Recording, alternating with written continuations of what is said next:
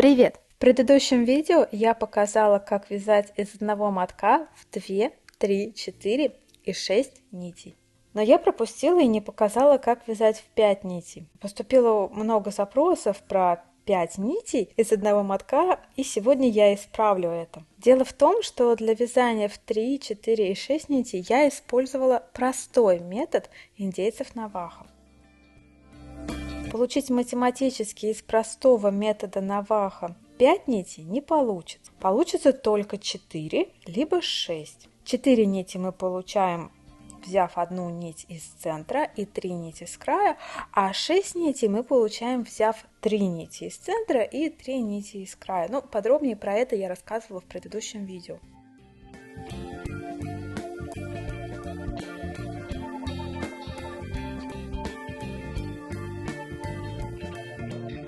Но и для 5 нитей есть решение. На самом деле решение есть для любого числа нитей. Итак, для получения 5 нитей из одного мотка нити с центра не понадобятся совсем.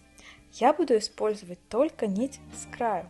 Согласно простому методу Навахо, я складываю нить один раз и второй раз.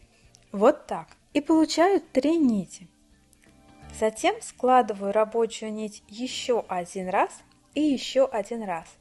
Смотрите, я получаю 5 нитей, которые образуют 2 петли. Помните, когда мы получали 3 нити из одного мотка, у нас была одна петля.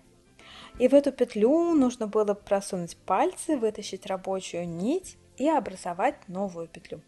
И вязать так далее.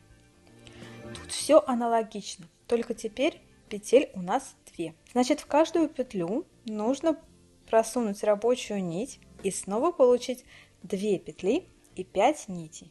Я не знаю, вязали ли так Навахо, но для однообразия терминологии я буду называть этот метод двойной Навахо.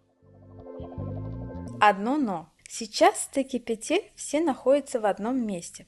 В готовом изделии это может быть очень заметно и некрасиво. Поэтому складывать нить в методе двойного Навахо лучше лесенкой, чтобы петли были разного размера. Когда вы довяжете до конца одной петли, вставьте в нее пальцы и вытяните рабочую нить, образовав новую петлю.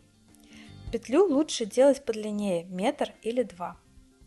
Затем, когда вы довяжете до второй петли, снова вытяните из нее рабочую нить и снова образуйте новую петлю.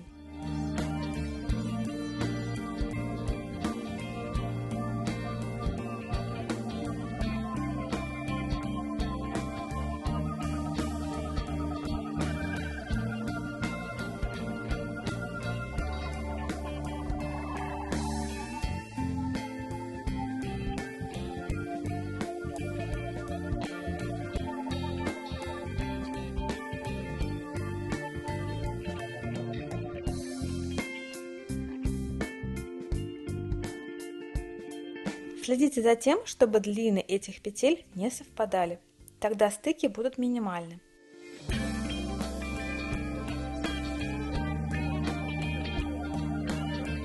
Кстати, получить 6 петель можно двумя способами. Первый способ – это сложить по методу простого Навахо обе нити из центра и с краю, как я показывала в предыдущем видео.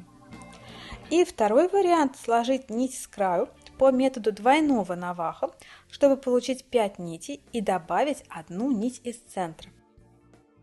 Этот метод сложного Навахо можно использовать для получения любого нечетного числа.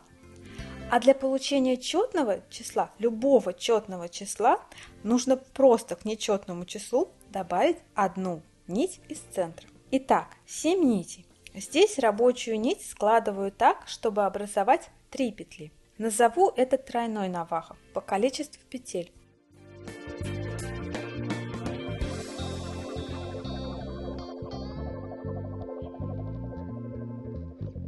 Если мне нужно 8 нитей, просто к 7 добавлю нить из центра. Для получения 9 нитей рабочую нить складываю так, чтобы образовать 4 петли. Это будет уже четверной Навахо.